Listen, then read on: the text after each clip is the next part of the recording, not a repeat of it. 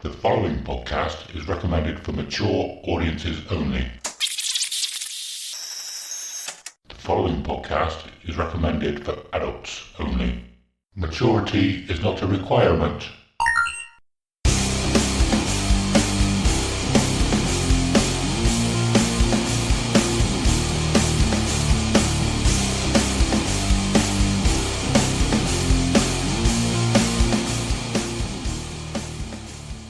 Hello and welcome to episode 69 of Dear Download, the big one. This is the big one, not just because it's episode 69, but this is the one we've been waiting, 10 months for? This is the one where we're going to talk about every single band that are playing on the Friday at Download Festival 2024. I didn't do the intro properly again, but never mind. I am Adam, and as always, I am here with Simon. How are you doing, my man? Hello and good day to you, sir, my man. Yeah, exciting. 69. Yeah, awesome. Crazy that because these ones are, normally some of our biggest episodes fell on 69, which is great. We didn't plan that, by the way. But yeah, pretty cool. Yeah. And like you said, I think last year our download numbers probably almost quadrupled for these episodes. So I'm looking forward to you guys hearing what we've got to say. I'm looking forward to hearing what Simon has to say, because we've both spent the last couple of weeks listening to every single band playing on the Friday. We haven't really discussed it much, so we'll be discussing it right here and right now. Yeah, literally. These will be genuine reactions from both of us, because, we haven't really said too much, but I have an idea of how this episode's going to go now. So, yeah. So before we do that, we have a little bit of news, a little bit of Monica in my life, a little bit of Rita's all I need, a little bit of Tina's what I see, something like that. That's a banger. It's a banger. It's a banger. What did I just say? A little bit of news. Oh yeah, so merchandise. So last episode we said about the festival wristbands that we have. Today, turned up at my house, we have... I didn't say that very well. Today, turned up at my house. That's great. I'll leave that in. I will leave that in, and I can use that coming up as well. So yeah, the festival wristbands turned up. Today, we have had some car stickers, some Dear Download podcast car stickers, vinyl stickers. Is that what you call it? I don't know what you call them. Yeah, I think they are vinyls. Something like that, yeah. To go in the back window of your, any window you want of your car. Put it on the front window. Put it on driver's side, front window. Why not? Put it on your house window. Put it on your house, Neighbour's car window. Yeah, I was going to say, put it in someone else's house. The possibilities are endless. Yes, awesome. So we've said before that anybody who joins the £5 tier of the Patreon will get a wristband. Anybody who joins the £8 tier will get a wristband and a vinyl sticker. And I'm going to say no more wait debate. I don't want to keep you guys waiting. The biggest thing that you guys have said that you wanted was patches, and they are now ordered. They might take a few weeks to turn up still, but so anybody who joins the Courtyard stage, a £10 tier of Patreon, will get a wristband, a sticker, and a patch. And we might have a couple of little bits extra to throw in, but that's the main things that you will get if you join a Patreon. There's some people who have been waiting for a while as well. We've been waiting for things to turn up, so I will start sending those things out very soon. Awesome. And speaking of Patreon, we have a new Patreon who has joined the Courtyard stage tier. Vikki Rutter, thank you so much. We really appreciate it. Thank you for joining the Patreon and supporting us. And she has left us a little message as well. I didn't actually know you could do this on Patreon. Oh, cool. Yeah, it's, what is it called? A welcome survey. She left us a little comment on the welcome survey, and I saw it only about an hour ago. She left it a couple of days ago, so sorry that I'd never got back to you in those couple of days, Vikki. But I just wanted to read out here. So she says, "Thank you for the many hours of entertainment on my trips to and from work. You guys always manage to make me smile. Thank you, and keep up all the hard work everyone puts into the podcast." Thank you, Vikki. That was really nice. Yeah. We always really like getting those messages. Yeah, thank you very much. Much appreciated. We will continue to be our worst selves for you guys, so you guys can enjoy it, I guess. Yeah. Thanks. Thank you. And while we're on the subject of that, we also said about the 5-song set lists that we're going to be doing live for the Patreons. Our first one is going to be Wednesday, the 24th, next Wednesday. You happy with that? Yeah. Our first one will be the Wednesday. I'm Ron Burgundy. That's how you said it. I with knew, the question mark on the end. Yeah, I thought that as soon as you said it, I was like, it came into my head, just asking a question of himself. Awesome. Don't put a question mark in the script because Adam will read it. We don't even have a script. We don't have a script, but if we did, he would. I'm Adam Cox. Yes, that's coming up this coming Wednesday, the 24th of April. I have started getting it all set up, and I will send out information to everybody who is eligible to come and watch it in Discord.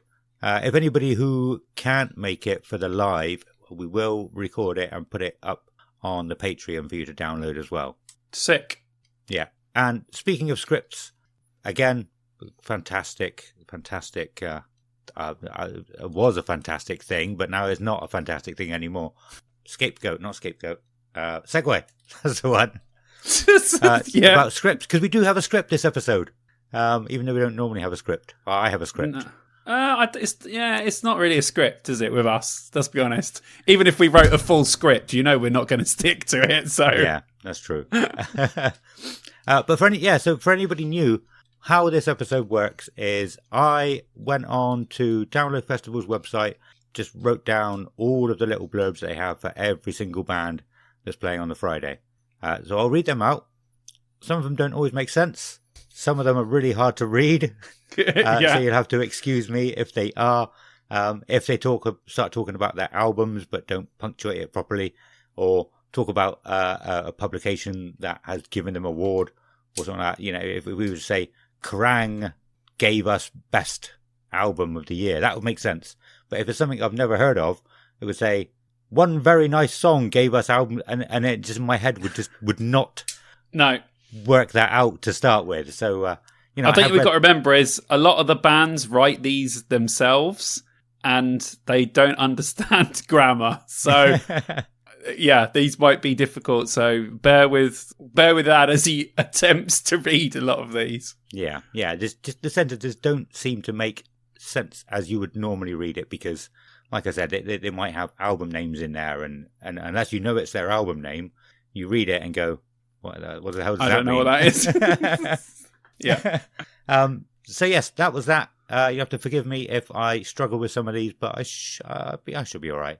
And then after that, Simon will say a little bit about the band as well, what he thinks, what style of kind of music they are, I guess. Oh yeah, just what I thought of them, really. Ad will give his little 2 cents in there as well, and we'll come to an accord. We'll reach an accord, and then we will move on. Yeah, excellent. So that is how it will work. Should we move into it, or should we go into it? I don't fucking know the word. I'm going to look on this. Should we move into it? Shall we move into it? Should we slide into it? Slide on into it? Slide. Should we slide on into it? I'll tell you what, we shall. But before we do that, I have something very exciting to plug. So, as many of you know, we have had the band In Search of Sun on here before, mainly Adam Leader, who is the singer of that band. The Lemon Amigos tour is literally kicking off at the beginning of May. So I thought I would plug that here, as we are huge fans of the guys, and we really, really want this tour to go really, really well for them. So they are playing with support Weller and Meringue. They are in Glasgow on the 3rd of May, Leeds on the 4th, Manchester on the 6th, Nottingham on the 7th, Birmingham on the 8th, Bristol on the 9th, Cardiff on the 10th, and they finish up in London on May the 11th. 4 of those shows do have low tickets, so if you've liked what you've heard from In Search of Sun, or you checked them out and you really do like them, Leeds, Bristol, Birmingham and London probably have under 20 tickets left now. So if you really do want to get tickets and you've been waiting, go and grab them from the others. I will be at the London show, so if I see any of you guys there, come and say hello. But yeah, it's going to be great. I'm really looking forward to it. I'm sure you guys heard Leader speak on the show about how excited and nervous they are for their sort of proper first headline tour. So yeah, really, really excited. I think I'm going to do a reaction to their new music video that's coming out soon. I can't say when. I do know some inside information.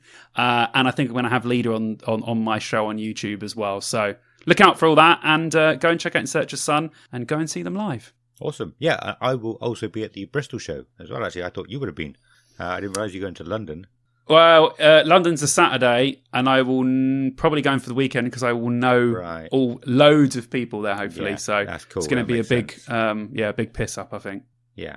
Well, quickly while we're on that, I have some exciting news. Oh, go on. Something exciting for me. Yellow Card have just announced a tour with Story of the Year.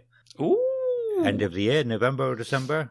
And Story of the Year have been one of my favourite bands for over 20 years. I would say since 2003 I got into In the Wake of Determination, and I've loved them ever since, and I've never ever seen them. So that's going to be exciting for me. I'm looking forward to that. That's awesome. Yeah. Let's get started on talking about these bands then. Let's do it. So the Friday, Download 2024, starting at the bottom of the poster, at the bottom of the Dogtooth stage, is Defects. Can I just say before we start? Go on. I just want to say this is a really, really weird day. I agree with that. Is all over the place as far as and that's fine. That's fine. Because I hate to say this to you people, but Download, it's not a metal festival anymore. It's an alternative festival, which means if you make any type of alternative music, you can play Download. So let's just get that out of the way straight away. Because a lot of this is not metal. So I just want to put that as an asterisk now. But it's a really, really weird day. I thought it was weird. But as we go through, I'm sure we'll agree or disagree on that. But yeah. Yeah, cool. I agree with you. No, it's fine. I agree with you. There's a couple of things I want to say there, but I don't want to give it away either. Okay. So we'll talk about it when we get to the bands. Defects. Okay. Defect is a new collaboration of seasoned young musicians who have spent the last 10 years collectively touring the world under different projects. Having collectively released multiple albums worldwide and spending years on the road alongside acts such as Iron Maiden, Bring Me the Horizon, Shinedown, Disturbed and Bullet for My Valentine, they have come together to deliver an offering of new sound and energy which is truly special. Breathing fresh life into modern heavy metal, their songs feature viciously executed riffs with relentless earth-shaking grooves, all intertwined with visceral melodic choruses that are drenched in soul and heartache. That was a nice one to start with. Defects, do you like them? What do you think? Well, I will always go to my notes on these as normal. So Defects, I've written modern metalcore. The song Lockdown, I was really enjoying it until the chorus kicked in. I hated the clean vocals. Did nothing for me. But I'm sure, as I've said to many of you guys on the show, I really don't like modern metalcore. It's so boring to me. I feel like, if you like modern metalcore, you crack on. To me, all sounds the same. Literally I can't tell one band from the next. They all sound exactly the same. Great musicians, great sound, everything. But for me, zero response. Yeah. Well, I absolutely love Defects. Okay. Really, really like them. I get what you mean, though. I think there are a few other bands that are similar at this year's Download, which I understand that they have a very similar sound.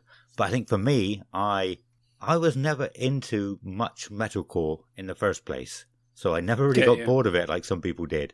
Well, that makes sense. I can't get on board with 99% of modern metalcore. I don't know why. It just doesn't light a fire in me. Yeah, like the old metalcore. Oh, Defects do. I'm gonna say this right out the bat. I'm not gonna hang this one out. Defects are probably my favourite band of the weekend. The whole weekend? At the moment, yes. I have not stopped listening to them. And they're opening. I've got to be in really early on Friday. Okay, we have gone two very different ways on this one. It's nothing against them personally. I just don't like modern metalcore. So yeah. But they just released an EP. I've listened to that maybe 20 times in the last couple of weeks. Okay. And I think they got a full album coming out, which will probably have the whole EP plus more on there. Oh, there's some similarities here because I have a band on here that I've discovered through doing this that I've probably listened to a hell of a lot. So It's just not these guys. So the same thing has happened to me. Yeah. And I'll be interested if you went the other way on that band. Yeah. So we'll see. Are they playing the Friday? On the Friday, yeah. And not a band that I knew before. I literally discovered them from doing this. Because there's a couple of bands on here that I know already and like. But this band, I was just like, oh shit, how have I never heard this? Great. Is it the next band? Oh, so that was Defects. Is it the next band who are Froze Mode? No. They kind of reminded me of a band that you really liked from last year, which were 90s Beastie Boys band. Joe Valence and Bray. Yeah, I didn't get Joe Valence and Bray vibes from these guys, but I can see what you mean. Yeah. Yeah. Okay. Well, let's have a go. Froze Mode, made up of this is going to be a difficult one to read. Froze Mode, made up of I.V. Gatlin, Lisong, and Cho Hollow, is a London-based alternative rap trio who pride themselves on their hard-hitting bars, playful and inventive melodies, and musical versatility. Less than a week into the launch of their debut single, Maybelline, in December 2022, Froze Mode secured the praise of tastemaker Spearhead and BBC Radio 1 presenter Jack Saunders with a Next Wave feature. The band have been coined as a Record of the Day 2023 one to watch, and have been featured across fuck's sake. This is a good start. Band number 2. And have been featured across key press, with Wonderland saying they have plausibly delivered one of the best UK hip-hop debut cuts in recent memory. The band strive to keep their music as down-to-earth and as raw as possible, writing about their personal experiences and struggles, with each track putting everything on the table and laying it bare. Froze Mode. I got alt-rap trio, really good. Mix of guitars and rap beats, some D&B. Vocals are really good. I really liked the rhymes and melodies. Probably worth seeing for something quite different over the weekend, especially if you like any kind of hip hop or rap stuff, because they got that mixed in there. And I've noted people that like Bob Vylan will like it. I think they got that same sort of vibe and energy. Yeah. I think so. If you like him, I think you'll really, really dig these guys. Yeah, cool. I wasn't too keen on him to start with. But like I said, I've listened to this playlist loads, and a lot of them have grown on me. And these were one of them, Froze Mode. Like I said, I wasn't keen. It kind of feels like they should be on the Avalanche stage. I know it's not a rule of thumb, is it? But the way it's gone has been like Dogtooth has metal and heavier stuff. Avalanche has weird bands, hip hop, sort of not quite. You have quite a lot of pop punk on there as well. Yeah, I don't think it's mainly probably to do with the day. It doesn't really fit in with what's on the Avalanche stage this year. If it was another year, I think you could have bumped them onto that stage quite easily. But yeah, I get what you mean. But this one, they've tailored it towards Busted, so it's a bit more. Yeah. Okay. Yeah. Yeah. But I'm with you. Totally. Yeah, that's what made me think. That's what I thought of anyway. To start with, I was like, they try. Like I said, it's not a rule, but they try to sort of have more. You would expect more metal on Dogtooth and a lot more variety on the Avalanche stage. That's where I was trying to go with that. But yeah, I really liked it from the end. Simon Says was a really cool song. Nice. And that was Froze Mode. Next up on the Dogtooth stage are Urn. There is no single way that London trio Urn described their sound. It all comes back to one thing: heavy. There are shades of Metallica, Mastodon, Alice in Chains in there, hopping between sludge, tech metal, doom, hardcore, and anything else with a weighty heart. The band's shape-shifting 2021 debut, Serpent and Spirit, was the product of a lifetime of inspiration and ideas collected by Joe and mercurial guitarist Angus Nera, drawing on riffs originally written for renowned stoner rock collective Hang the Bastard and cutting prog metal project Chapters. Thank you for the full stop. Late 2022, the duo welcomed master drummer James Cook into the fold. They recorded the sophomore record, A Feast on Sorrow, in Joe Duplanter's Silvercord studio in Brooklyn, New York. Duplanter invited Urn to join them several shows in summer 2023 in Europe, where the three-piece played packed venues in Italy, Estonia, Austria, Czech Republic, and more. Meanwhile, press praised the band's new record, Metal Hammer describing it as destined to be one of the metal albums of the year. I know you like Ern. Yeah. Oh, I absolutely love this band. Yeah, absolutely love them. I'll just read what I've got for them. Got UK prog metal, level 100 musicians. Imagine if Opeth, Mastodon and Gojira had a baby. It would literally be this band. Great vocals, insane guitars, absolutely phenomenal drumming. Like, I can't give enough props to this band. And I know for a fact from watching them at Bloodstock that they are absolutely incredible live. Yeah. Like, they are amazing. They are a really, really great band that I feel like still, even though they get praise for being great musicians, I feel like as normal, because they're proggy, they're underrated. So, because I love both albums. Both albums are flawless in my opinion. So, yeah, like this is 100% nailed on. I am not missing Ern. Yes. Like, it ain't happening for anyone. So, yeah, really excited. What about you? Nice. I'm not too keen on Ern. I can listen. The music's all right, but yeah, it's not something I would listen to very often. Okay, that's fair. Yeah. So that was Ern. Next up on the Dogtooth stage is the Callous Dowboys. A recklessly free-spirited collective, the Callous Dowboys is made of 6 members, featuring a violinist and multiple vocal contributions. Together they deliver a vibrant combination of mathcore, sasscore and post-hardcore, a sound that is at once abrasive, chaotic and classy. Reveling in high-strung extremity, their music is dense, impenetrable and chaotic, yet confusingly inviting as each song deliriously swerves across stylistic lines. The band Kill Your Stereo, called Insane, Intricate and Impressive, introduced themselves to the underground with 2019's Die on Mars. Invisible Oranges championed the band's rapid-fire tempo and time changes, left-field genre swaps, and sardonic lyrics, while Metal Injection insisted the group's riotously explosive debut would make you punch everyone ever in the face. And they meant it in the best way possible. They're odd. Is that it? That was it. What do you mean, is that it? There's loads in there, ridiculous words. Yeah, but I mean, like, it ends pretty abruptly, but in the middle they, like, go off on one. Yeah. What do you think? This is the band that I absolutely... Really? I just... I was blown away. Absolutely blown away. I think mainly because they're... it reminded me of Dillinger Escape Plan, who I absolutely love. And they're very experimental, very weird timings, but really great vocals. So I've written, instantly reminded me of Dillinger Escape Plan. Pretty insane. Love the vocals. Really great composition. Really complex everywhere. Very complex. Even with some little sprinkles of some electronic sort of Ennett Shikari stuff in there. Shades of Faith No More as well, with all the strange timings, just being really experimental with his vocals. Yeah, absolutely loved it. I have been listening to them and other stuff throughout the last couple of weeks. They have really blown me away, which is weird. Obviously I don't know how you feel about them, but I thought bits of it were quite sickly, riff-wise. I thought that. Which is why I was like, I think Adam might like, I know it's a bit weirder, but I thought it was great. And I thought that his screaming and cleans were fantastic. So I really, really liked it. What about you?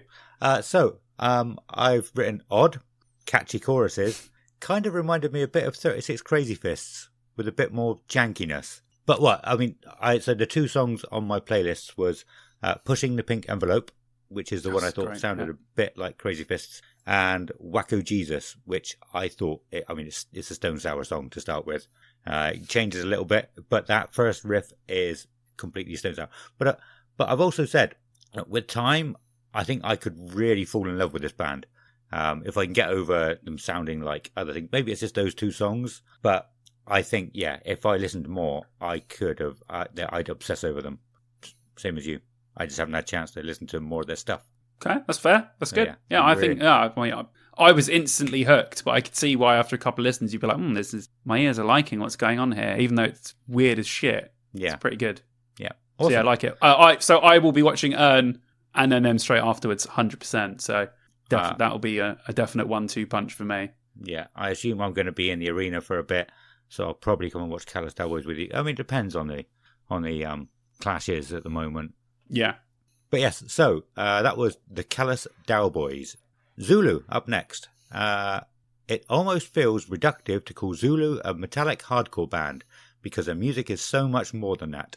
Both their 2019 and 2020 EPs are packed with emotional lyrics, spoken word poems, and tearful audio clips about the systemic violence that black Americans are forced to endure under the rule of our country's white nationalist patriarchy. Their nasty riffs, cop-crushing mosh parts, and speckles of power violence, blast beats are tremendous, but they mostly function as a compelling medium to host their urgent message to white audiences. It's up to you, and you alone, make that change. Yeah, really good angry hardcore. That's literally all I've written. Yeah, they're fucking angry, and they sounded like it as well. But it didn't tickle anything amazing for me. But if you like hardcore, you're probably going to really like it. Yeah. So if you're a hardcore person, go and check out Zulu because you might like it. If you like music that's angry as shit, go and check these guys out. Angry as shit. Yeah. But yeah, I think I was pretty much same for you. Zulu. That was Ithaca up next on the Dogtooth stage.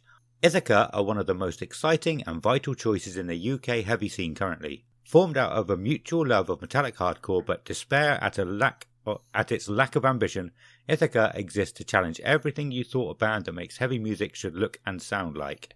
That's it for this one. Oh, okay. Yeah, I've written really good metal with hints of hardcore and some proggy bits. Some of the riffs and the way that the songs were put together also reminded me of Sixth in parts. I've got that written on mine. They did. The riffs were very, very, very Sixthy in parts. I put her vocals are great. Really liked her tone, especially on the cleans. Yeah. I've got nice, fast-paced, but with slower, catchy choruses. Actually gave me a Six vibe, but without all the crazy shit. I think it was one of the songs. So the two songs I put in was "The Future Says Thank You" and "They Fear Us," and I can't remember which one it was. But yeah, there's a sixth song that really slows down for the choruses, and it's like really long, drawn out notes. Can't remember which. Yeah. Basically, I can't remember which song of Ithaca it was or which sixth song it was. So that is a pointless. But it's a fine sentence. Comparison, yeah. So they're like a scaled back sixth, yeah, in places, yeah. And I think it took me a little bit to get into them. A lot of these bands, it was the same. It took me a little bit to get into them, but once I did, I was like, oh yeah, I understand this. I get this. I kind of quite like it now as well. So that was Ithaca. Next up are Speed. Since 2019, Speed have stood on the front lines of the Australian hardcore renaissance, quickly taking their mission worldwide. Driven by a community-first ethos and messages of inclusivity, compassion and unity, Speed deliver no-frills anthems that draw from their own grassroots scene in Sydney, Australia, and the classic New York hardcore sound. Following a handful of demos and hyped hometown shows, their Gang Called Speed EP dropped in 2022 and debuted at number 5 on the ARIA charts, earning praise from The Fader, NME, and Rolling Stone. The band went on to sell out 2 national tours across Australia, also performing in the United States, Canada, UK, Europe, Southeast Asia, and Japan, including sizable festival stages at Sound and Fury, Copenhagen, and Jera on Air. Their high-intensity live show has earned Speed a notorious reputation on stage, with footage of their performances consistently going viral online. You like Speed? Nice. Speed. I've written proper old-school hardcore style. Going to be a lot of slam dancing to this one, that's for sure. It will be rife with slam dancing. Reminding me of Madball / Sick of It All, so like old-school hardcore bands. Okay. And all that 90s hardcore scene. Very good. I do like quite a bit of old school not old school, but 90s hardcore. So I was enjoying it. I was rocking along to it. Very good. And if you want a quick slam, you can just get in there, no problem. Awesome. I didn't really like Speed. I thought it was interesting they used like a fairground ride sound effect. I think that was probably in We See You, like close to the beginning. I don't know if you heard that one. Yeah, it just sort of goes do-do-do-do. And like as soon as you hear that, you know you're listening to this song. Like, because sometimes I listen at work, sometimes I get distracted, and I don't sort of concentrate on a few songs in a row or something. But that just always brings you back to listening. Back in. Oh, nice. Oh, yeah, okay. So whether that's deliberate, I don't know. Whether that was on purpose to go, hey, listen to us. Really? No, really listen to us. That's cool. I like that. Yeah. But yeah, I wasn't really that keen on them. I just don't think I like hardcore in general. That was Speed. Next up are Scowl. Scowl has quickly made a name for themselves as one of the most vivid and hard-working acts in the rock world. Since the release of their debut album, How Flowers Grow, in late 2021, the band has become a powerful force to be reckoned with. Lauded for its reality-driven, aggressive blend of hardcore punk, the critically acclaimed album opened up new doors for the band, including a non-stop touring schedule as new music began to take shape. It was no surprise that experiencing most of their lives on the road would greatly influence the next phase of Scowl. What do you think of Scowl? I don't know, because they're not on my list for some reason. I've done everyone else, but I've just missed out Scowl. I don't know. You tell me about Scowl. I've got nothing written. It's the first band that I don't actually have anything written. What songs did I have on my set list? Oh dear. Spotify. I hope they're on there. They might not be. Maybe that's why I didn't write anything down for them. Where are we? Speed, then Scowl. Yeah, opening night and Shot Down. I just don't think I liked them very much, so I didn't write them down. I was hoping you'd carry this bit. But and I just I'm listening to it as I'm speaking. Sounds like real old school punk feel. I like it. Fast. She's got good screaming vocals as well, actually. Yeah, like I don't know, hardcore punk maybe sort of modernized. Yeah, but with that old school feel, even with the like sort of 60s vibe as well. I like it. Nice, awesome. That was. I like punk, so yeah, they're good. I like it. Those are my comments. I've literally just listened to it. Yeah, but it sounds good. Awesome. So that was Scowl. Next is Make Them Suffer. Growth and the desire for eternal forward motion have been the concepts that have defined Make Them Suffer since the very beginning, and have been the foundations that led them from the world's most remote capital city, Perth in Australia, to becoming a household name. Is Perth a capital? I thought Canberra was the capital city of Australia. Is it Perth? Anyway, never mind.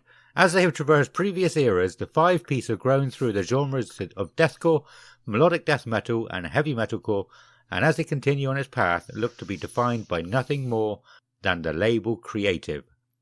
Through Ether 27 and Hollowed Hearts, the band has worked to shed themselves of the shackles of expectation, and as they look towards the open road that lies ahead of them, the light that guides the way has a name: How to Survive a Funeral. I assume that's the next album's name. That was it. Yes, Make Them Suffer. I've written for this one good deathcore / metalcore. For the most part, they do have some other bits in there. Although when they do the cleans, it reminds me of Bring Me. Still not sure how I feel about the cleans, even after a few listens. I think when it went to the cleans, I was like, prefer it when you're not doing that. But I wrote as well, I like that they have goth piano sounds. Okay. that was it. I don't actually have anything written down for them either, but after you just said that, I think I thought, do you know what? There was probably 2 or 3 bands on here on this day that reminded me a bit of Bring Me the Horizon. There's definitely one other. Because we're going to get to that, don't worry. Yeah, there's definitely one other because I remember writing it down. Yeah, it's strange. But I don't think I hated them, but I don't actually know. I didn't write anything down. Born in the heady grime of health. Oh, hang on. I had a thing for this. Maybe this is what distracted me. So I'm going to read the last bit of Make Them Suffer and go into the next band. The light that guides the way has a name: How to Survive a Funeral. Health. That's How to Survive a Funeral. That's who's on next. Maybe they'll give you an idea. They might give you an idea. Very good. Very good. Yes. Health. Born in the heady grime of downtown's LA's noise scene, singer-guitarist Jake Dusick, bassist producer John Famiglietti, and drummer BJ Miller set out to be divisive as they sliced bare fragments of songs out of backfiring guitar pedals. But by 2009's Get Color, everyone knew the band was something different. The LA industrial rock band Health Health's new album, Rat Wars, is the most violent yet vulnerable LP of their career. It is somehow fitting that such a brutal collection of songs is at the same time their most comprehensive artistic statement. Okay. Health. So I will read my notes. I only know this band because I really, really loved the Max Payne 3 soundtrack, which these guys did. So I have listened to that a lot. Really good. It's tough to pigeonhole them into a genre. Electronic / alternative industrial, maybe. Although that's broad strokes, because they are a lot more. They have a lot more. They do a lot of stuff. Pretty strange band to be playing Download, if I'm honest. Yeah. It's a weird one. Although I have put as a side note, although I feel that their game soundtrack work, because they've done quite a few, will probably be the reason why they're playing, I would have thought. And Download is full of nerds. Yeah. So there'll probably just be a load of nerds there watching them going, play that song from that video game that I like and sit there and play all day. You know? Yeah. All right. Cool. So they probably do pretty well. Yeah. But I really like them. They're really good. Cool. So I've written, not particularly interested. Kind of atmospheric music. That kind of makes sense now. You know, I mean, video game music is atmospheric. It could just be the songs that I put on. That's another thing, actually, I want to get to. I'll get to that a bit later. These bands obviously can't be defined by just 2 songs, which is what I put on the playlist that I made for this. So, like I said, I'll get to that a bit later. Okay, yeah. But I wasn't bothered at all by them. Okay, I really like it. So I haven't looked at clashes. I'm not even thinking about that at the moment. But if no one is on that I want to see when Health's on, I'll probably go and watch Health, if I'm honest. I think it'll be really interesting. Cool, yeah. So Health are sub-headlining the Dogtooth stage. Headlining the Dogtooth stage is Biohazard. Or should I just say Hazard, because they had no bio. So there's nothing to read for this one. Biohazard, they got bangers. Legendary 90s hardcore. They got a lot of bangers. That's got to just keep writing, because there are a couple of their albums that I really, really loved back in the day. That third stage, because Busted, maybe Busted might not be playing them, but Queens definitely will. Yeah. That tent for Biohazard is going to be absolutely packed. It is going to be going off in there. So, I think if you're a Biohazard fan, you might want to get there early because it's going to be very, very busy. Also, they are great live because I've watched them before at Bloodstock. So, yes, I'm excited about that. Although I will probably be watching Queens of the Stone Age, if I'm honest. Yeah. But not a bad thing to fall back on watching Biohazard because they're very good. So. Yeah.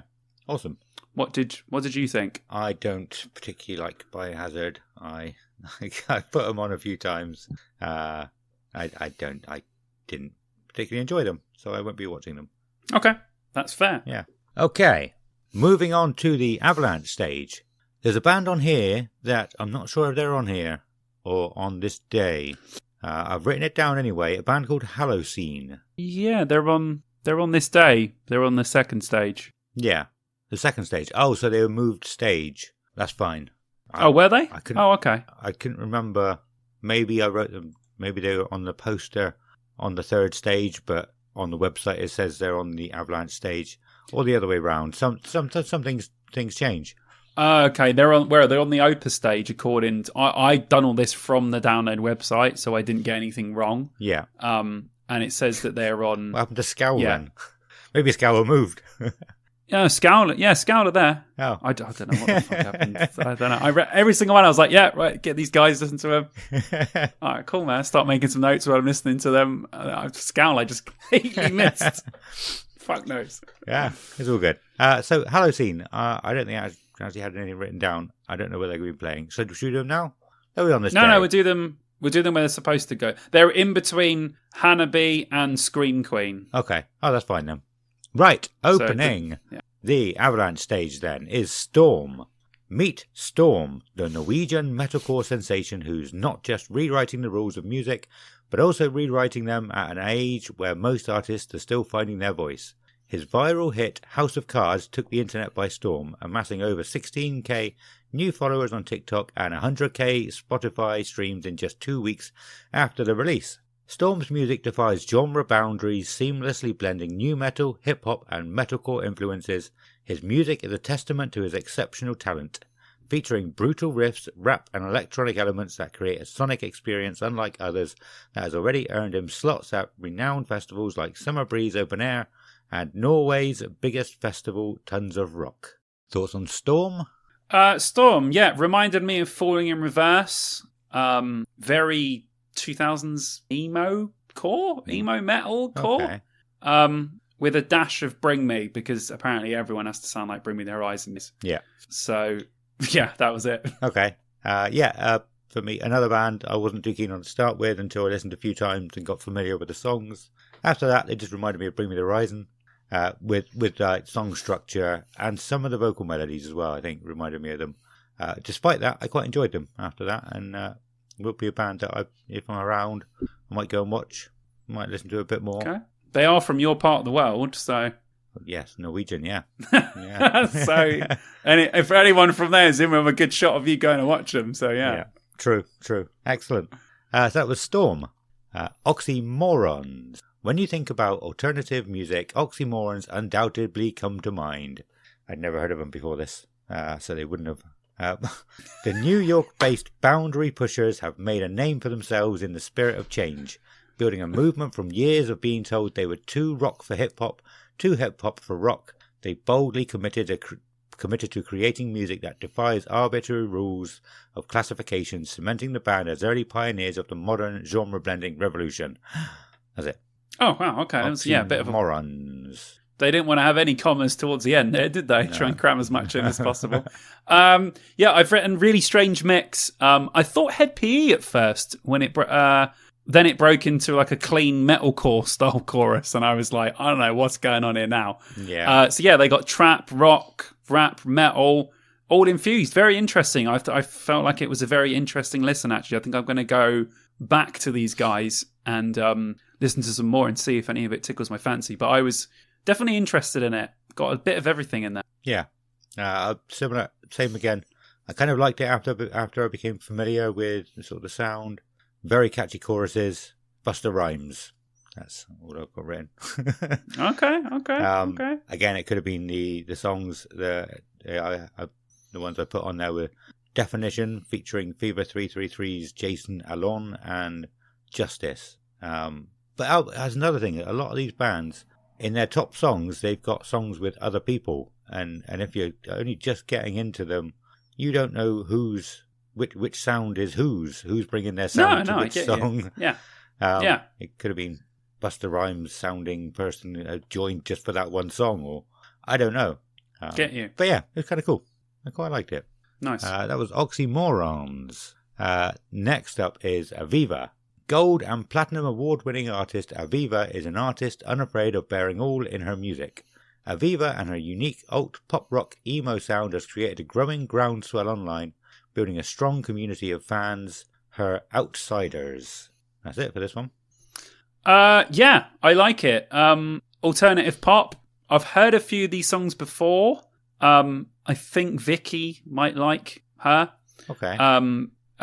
Reminds me of some of Youngblood stuff, which I quite like. And impressive the amount of listeners. None of her top songs have less than 8 million listens. Really? So actually really impressed with how well they as a group, and obviously she is the main focus, has been doing. So yeah, but I like it. I really do. I like some of this new style alternative pop stuff where it's pop, but it's just a little bit more, it's got a bit more of a grimy feel to it, and a bit more, even though some of the melodies are still as nice as your standard pop music, it's got a little something else. I quite like that with a lot of modern alternative pop stuff. Yeah. It's great. Awesome. So I did actually write down how many monthly listeners they have on Spotify. So the one before her, Oxymorons, 65,000 monthly listeners. Dream State, who are after, 142,000. Aviva, 1.7 million monthly listeners. Yeah, man. Really popular, really good. I spent ages going through and getting them, and I decided at the last minute I wasn't going to stay them. Okay, yeah, that's cool. I think that's for the best, really. Yeah. But it does give you a sort of like a measuring stick sometimes for. It doesn't really matter how many listeners someone's got sometimes when you look at a lineup, because that's not how lineups work all the time. Yeah. Okay, sometimes you do have to have the most popular on top, but especially because the music is not metal. Yeah, I can see why it's within that place. Yeah. So what I had written down was it's exactly what I mean by the typical kind of band that's on the Avalanche stage that I was saying earlier, sort of pushing the boundaries a little bit, everything else. Yeah. This is exactly the kind of band I would expect. Blame It on the Kids. The two songs I had was one of them was Blame It on the Kids. Kind of rap chorus, hard to explain. I've written. I kind of like it, but it also sounds like kind of pop music. So I'm glad I managed to get that. Yeah, that's basically what it is. Yeah. So yeah. And the other one, Girls, the chorus wouldn't be out of place played alongside something like Umbrella in a club or something. It sounded like that kind of sound. Yeah. But I didn't hate it. I'm not going to sit here and go, it's pop music. Shouldn't be at my metal festival. It was all right. Yeah. Yeah. Although a lot of people will listen to it and will literally go, what on God's green earth is this doing at Download? And I can understand that point of view also. Yeah. But also, I mean, more people will say, Busted, don't belong there. Whereas someone like this probably belongs at Download less, but because she's less popular, people aren't shouting about her. They're shouting about of course Busted, not. you know? I know. When in fact it should be the other way around, really. Shouting I get you. Going against the grain, shouting like to tell people. Well, if you get rid of Oxy from the last band, then you've got your answer to your question. Yeah. But yeah, that was Aviva. She'll probably be good. Where she is on the lineup might be because she's not as well known for her live stuff. You never know, but she'll probably be good. Next on the lineup on the Avalanche stage going up is Dream State. I had loads and loads written down for Dream State, and I deleted it all, and I'll tell you why. What? Why? Dream State are a 4-piece alternative rock band from South Wales. The band found its roots in Swansea and quickly propelled to success with the release of their single White Lies in 2017, earning them Kerrang Awards Best British Breakthrough in 2018 and the Heavy Music Awards Best UK Breakthrough Band in 2019. After a few lineup changes and a short hiatus, the band are back with a new 3-track EP, Untethered, released February 2023, which sees Jesse Powell on vocals, founding member Aled Evans on guitar, Jake Bowen on bass, and Tom Connolly on drums. The band continues to explore new influences with sounds found in rock, metal, pop, and EDM. What do you think? Yeah, really like them. I watched them at 2000 Trees. I think I want to say 2018 or 19 with the original singer, and they were brilliant. They were fantastic. They were a really, really great band. Really impressed me. They were really, really, really good. And yeah, I like the new singer. I think she's good as well. I don't like her as much as I liked the old singer. But I've put, if you like Holding Absence, imagine if Holding Absence had a female singer. That is essentially this band. And I mean that in a good way, because obviously these guys were around the same time, even though they kind of got, in the public eye sort of before Holding Absence did. But I really, really like Dream State. I think that they're really, really cool. Interesting. That might describe why I deleted everything. So I'd written down, I can't remember now, it's something along the lines of different, quite a different sound. But I thought the singer sounded a bit like Maria Brink. And I know from In This Moment, I know Kelly loves In This Moment, so I said to her, you need to listen to Dream State. Listen to this song. And so she put it on the TV and she was like, it doesn't sound like anything like her. And I was confused and I was like, it doesn't sound like it to me either. But I've literally just listened to it 10 minutes ago. But it did, could have been White Lies original. So it had on it original. And I couldn't work out how my brain had got mixed up so much. And I was like, no, I'm just going to be telling people a load of rubbish.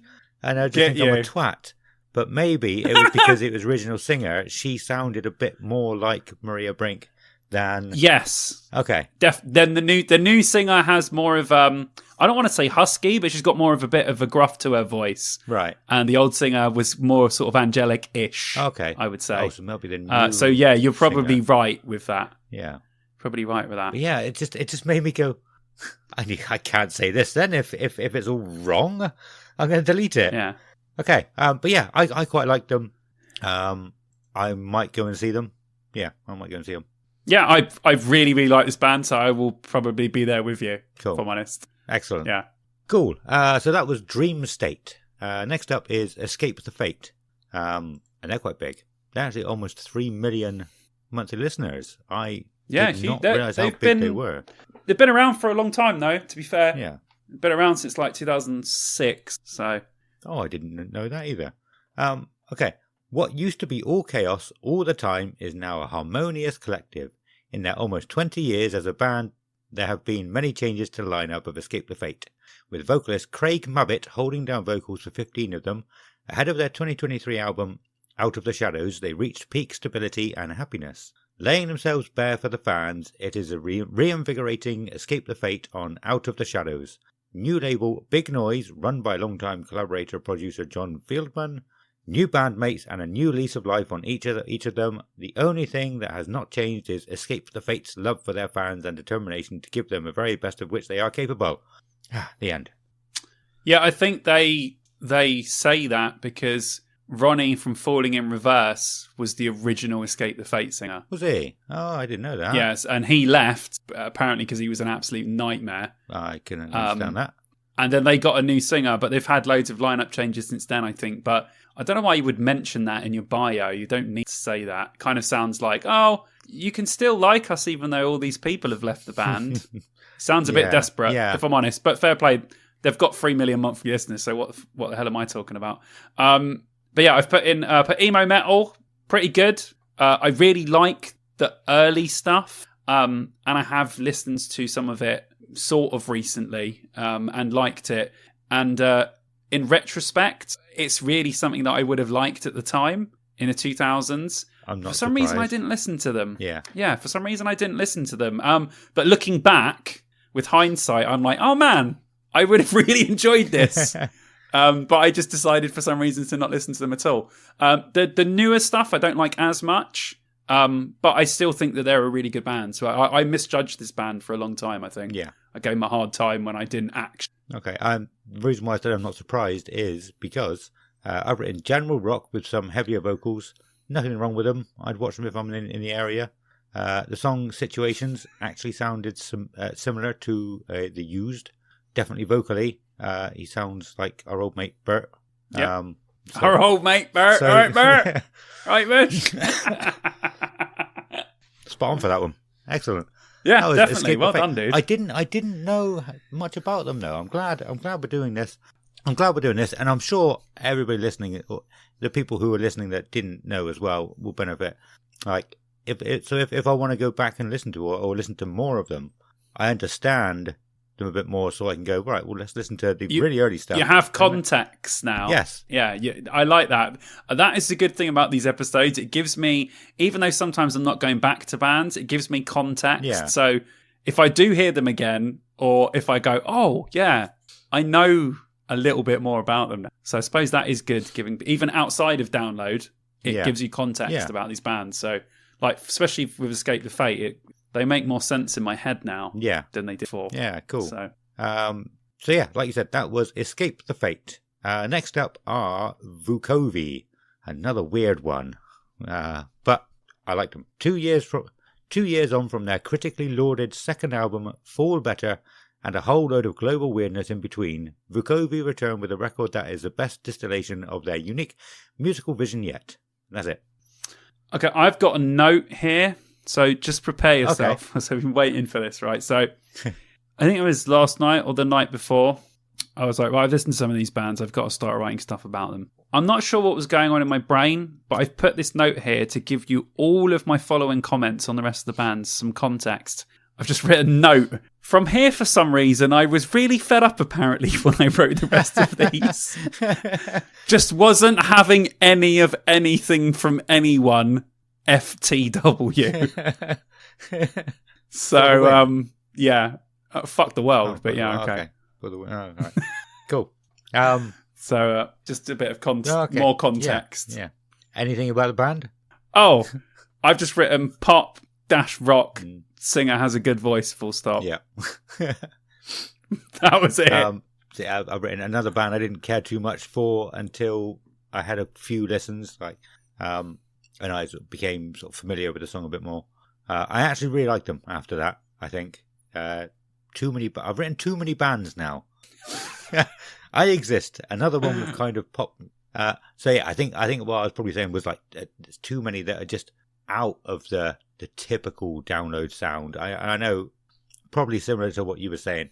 You know, it's fine. Download isn't just metal and rock, but like it feels like they've pushed it a little bit too much out this time. Yeah. But I mean, yeah, I ended up enjoying a lot of these bands that I thought were more poppy, and I would enjoy seeing them because I've listened to them loads. So it's I think like it's going to be very interesting to see the clientele on this day. Yeah.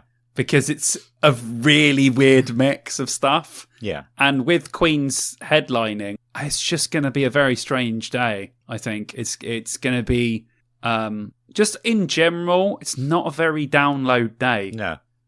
You could take this and you could move it to Reading and no one, well, I mean, I guess they would because that's mostly pop stuff now, but there wouldn't be that many eyelids sort of, flapping away. So... Yeah, it's a really strange day for download. Yeah. Probably one of the strangest that I've ever been seen. Yeah. Definitely since it's come back since COVID. This is by far the weirdest day the festival's ever put on. Yeah. Like I said, they're going back to Indie Day from 2005. And he was like, we'll skip 20 years.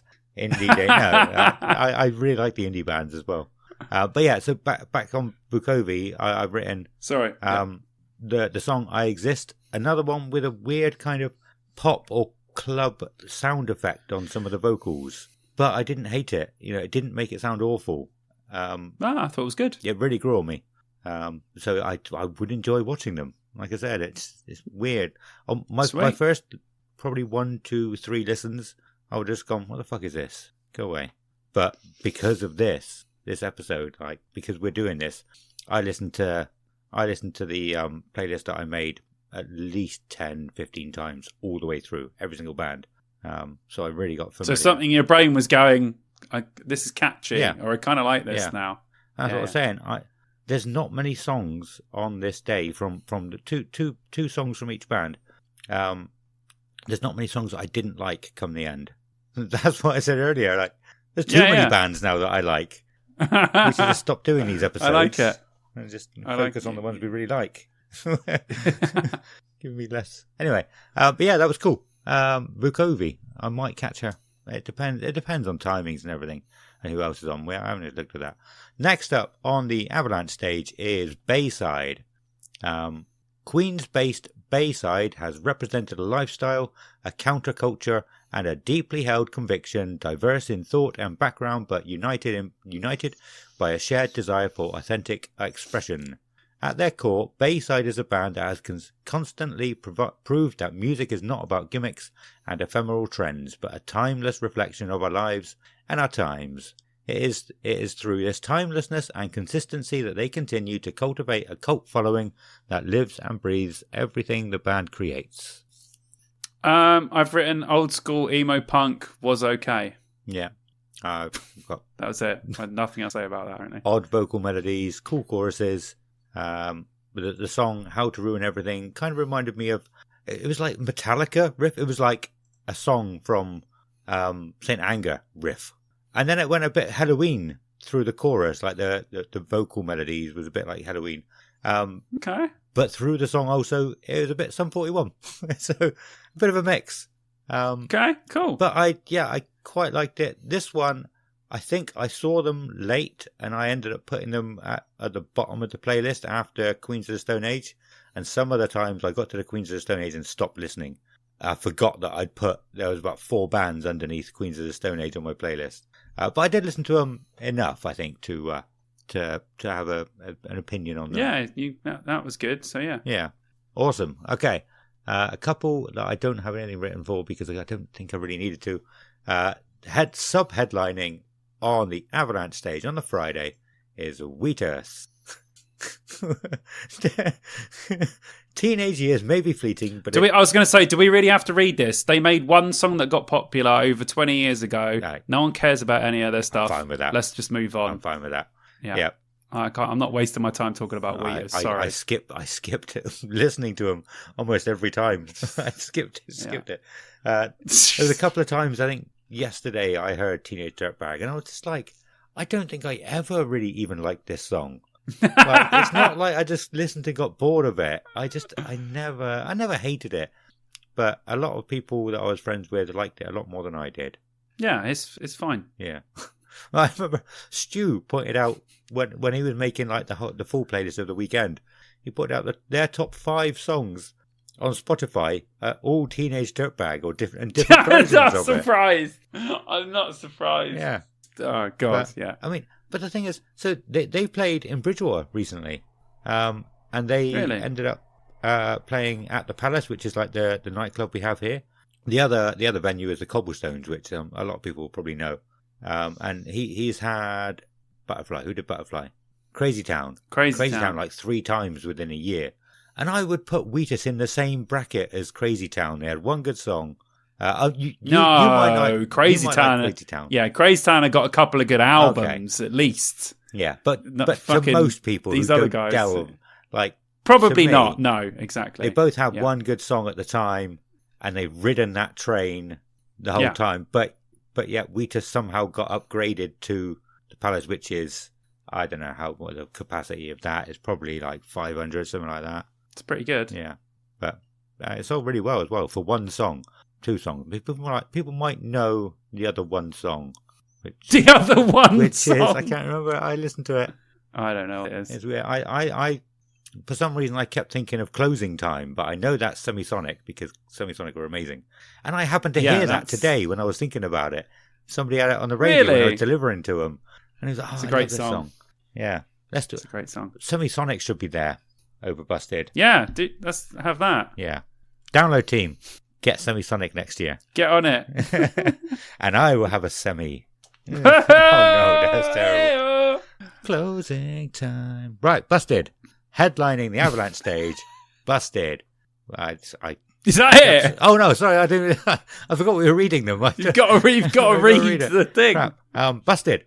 I don't really need to for Busted either. Everyone knows them. But anyway, Busted's many successes spread far beyond the singles charts. 3 of their 4 studio albums also peaked at number 2, with 4.5 million sales, leading to 8 platinum certifications, as well as a total of 25 weeks in the top 10 and 2 5-time platinum selling albums. They have won 2 Brit Awards, Best Pop Act and Best British Breakthrough, while multiple sold-out arena tours have seen them sell more than 2 million tickets. Busted all right. Yeah, Busted are good.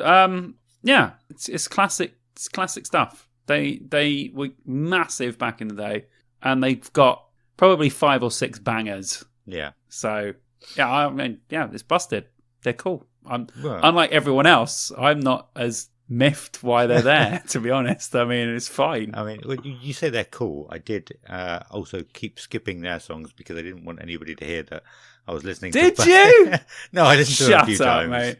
I was going to say, don't lie. You're in the van rocking along to Year 3000, so don't even lie. Yeah. What I had on there, the Year 3000 and What I Go to School For. What I Go to School For is a bit weird, isn't it? Bangers. Like, it's very weird. It's a bit sexual. Yeah, like kid. Yeah. Sexual. You're in school, right? Talking about his teacher coming on to him. Yeah. He's under 16. But I guess that's what teenage boys think about. So really, it sounds sick, but it's the truth. So, yeah. Although teachers back in my day were not good looking. Apparently every teacher now is like an incredible supermodel, whereas back in the day, I don't want to be harsh, but the female teachers were, old and probably haggard. not. Old and haggard. Yeah, basically. Yeah. And all the guys were fucking alcoholics, swigging their whiskey in between classes. So it was Yeah, I mean, even though we're only 25, we've only been out of school for about, not even that long. But yeah. Times have changed, how we say. I'd love to go to school now. If I was a teenage boy, loads of fit teachers. Meant, like, I'd be work for it. No. Because you're old enough for the teachers now, that's why. Yeah. Right. Excellent. That was Busted. I don't mind Busted. I know I said that. I was kind of joking. They deserve to be here, I would say. They've done a lot of cool stuff. Hells yeah. And that tent is going to be absolutely heaving. It really is. I've said it before. Oh, God. You ain't going to get near that, the inside of that tent, unless you get there really early. You ain't going to get which means you have to listen to Busted if you want to get there early. So, I mean... You mean Wheatus? That's what I mean. Yeah, Wheatus. Yeah, sorry. Dickhead. Sorry. No. Yeah, but I know what you mean. Yeah. So, I mean, if they were on the second stage... I probably would go and watch them because you can stand far back and watch and listen. It'd be cool, but you ain't getting anywhere near that tent, so I'm not going to bother even trying. Hells no! I bet it'll be a cool atmosphere though. Looking forward to I might go and look at the tent, to see how rammed it is, but I'm not going to try and get in there. No, cool. Well, that was the first two stages on the Friday. We've still got the Opus stage and the Apex stage coming up. Well, for those of you returning to download that don't know what that means, that is the name of the second stage. Yeah. Because some people are already going, what on earth is going on at download with these stage names? Yeah, it's fair enough. Yeah. But you know what? I don't know if it was like a corporate decision or something like that, but Jenny and Danica, who we had on the show, who run The Village, which is now called District X, they were on the Saccone podcast recently as well. And they are constantly calling it The Village still. And I think they were calling the stages main stage and second stage. They weren't actually using the names for the stages either.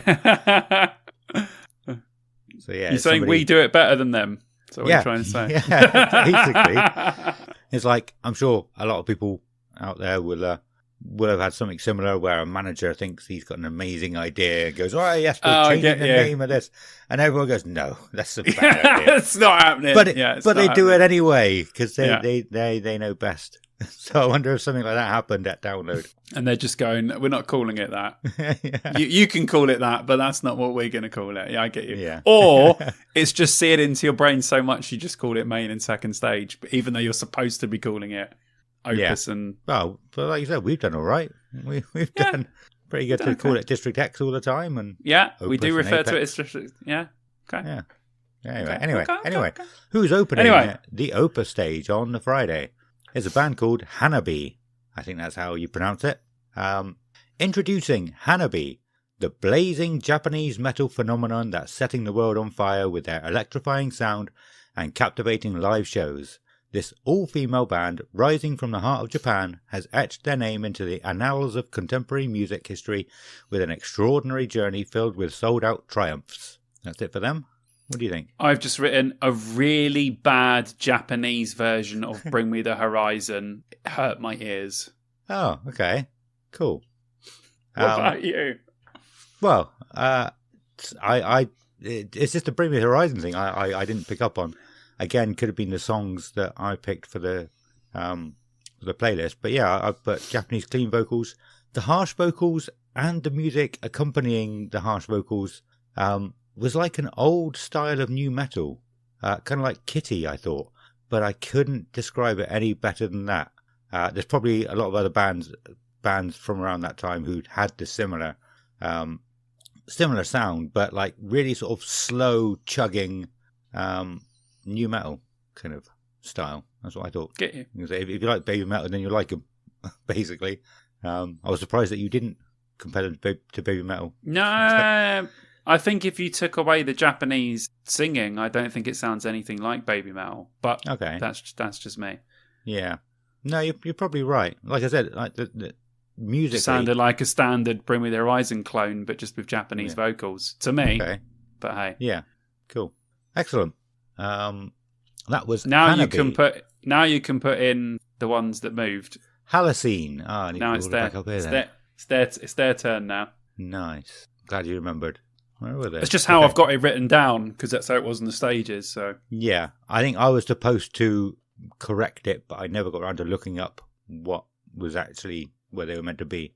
So yeah, Halocene stands up. I don't know how you're supposed to say it either, but Halocene or Halocene stands up as a distinguished rock ensemble exemplifying the epitome of musical prowess since their establishment in 2008, hailing from Phoenix, Arizona, but now residing in Nashville, Tennessee. This formidable band has garnered widespread acclaim for their next extraordinary performances and exceptional musicianship. I didn't have any written down for them. Oh, I remember they had quite a few listens. Fair play to them. I've just 550,000. Yeah, that's decent. But all their songs had like over 1 million, from what I remember. Right. But yeah, I've put a mix of stuff from rock to metal. They were very much a mixed bag of loads of stuff. And I've put reminded me of Skillet in parts. That was all I had written for them. But it wasn't my cup of tea personally. Yeah. Let me just check which songs I had written down for them. Had in the playlist. I don't know why I didn't write anything down. Because I was going to say I think they might have been one of the ones that were at the bottom as well, but they weren't. Oh no, I really like Bukovi. Yeah, they were. They were right at the bottom, so I didn't listen to them as much. Did I even have them on there at all? Oh, I did. Oh, yeah. So I think I quite liked them. Again, it was similar to some of the other bands I've talked about. First few listens, I would have been like, what is this? But yeah, I think they grew on me. Like a lot of the other, mostly female-fronted bands as well on this day that sort of, I was like, not for me to start with, but it grew on me. Okay, cool. So after Halocene is Scene Queen. Ohio-born Hannah Collins, artistically known as Scene Queen, is an alternative rock artist taking the space by storm with a message of inclusivity for all in the scene. Moshing, pink, heavy breakdowns, and rhinestones included.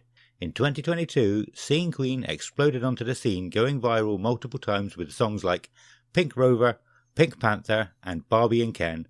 She is known for her signature bimbo-core sound. Hannah's incredibly dedicated fan base lives on her social media, where she flawlessly lays out the concept and vision behind her project. Yeah, I liked it. Weird, dirty, alternative pop. Again, with some Bring Me the Horizon influences. Some new metal style riffs in there as well. Yeah, it was good. I liked it. She's obviously playing a character, being this person, but I think she's done it really well. Also, I was looking at pictures of her for about 20 minutes while I was listening to the music, because she is not only very talented but also really hot. So the teenage me was coming out there when I was like, hot girls in that make music. So I was, I'll admit it, guys. I was also looking at pictures. I don't think I have looked at any pictures. I'm not afraid to say. I better go and see her. I download then. I better go and see her. Yeah. Well, I'm sure she's not everyone's cup of tea, but yeah, he was doing it for me anyway. It was odd. It was I kind of liked it, and kind of also was like, what the fuck is this about? It's weird. I've written, I have no idea what to say. I think it's the kind of band whose fans are either all or nothing, like people who sort of get it, end up falling in love with it, and just being all over it. Whereas other people go, what the fuck is this? Yeah. I don't want to hear songs about Barbie and Ken, not in my metal. I get it. I do. Yeah. But she's gone for a style. It's working for her. Fair play to the girl. I mean, I end up quite liking the songs that I was listening to. So yeah, it's a bit odd. Kind of made me think of like something like Ice Nine Kills. Maybe because she's talking about killing all the time or whatever. Maybe. But yeah, like you said, it's I can't remember the word. It's a character she's going for, and it's kind of similar with Ice Nine Kills. Yeah. Yeah. I like it. Very good. Very different. I kind of liked it. So I'm not either all or nothing, but. Yeah. Okay. No, I'm not going to say anymore. Go on. Yeah. Okay. That was Scene Queen. Next up on the Opus stage is All Them Witches. Versatile hard rock quartet, All Them Witches thrive on contrast. Now six records deep in a tenure that began in 2012, Ben McLeod, Charles Michael Parks Jr., Robbie Stabler and Alan Van Cleve are unremittingly forward-looking. The band has deep musical roots and grow a heavy, visceral sound with sheer dexterity delivered in every song. There is a ferocious energy and rhythmic nuance to the band that delivers devastating guitar riffs in a raw blend of progressive, bluesy, neo-psychedelic rock. All Them Witches' most recent record was recorded in Abbey Road and released in 2020 on New West Records. The band has relentlessly toured since inception, performing at festivals including Voodoo Music and Arts, Bonnaroo, Forecastle Festival, and Puckle Pop, while also sharing tours with acts such as Mastodon, Ghost, and Primus. They continue to hone their unique meld of crafted songwriting and spacious grooves on the road with tour dates throughout North America, the UK, and Europe in 2022.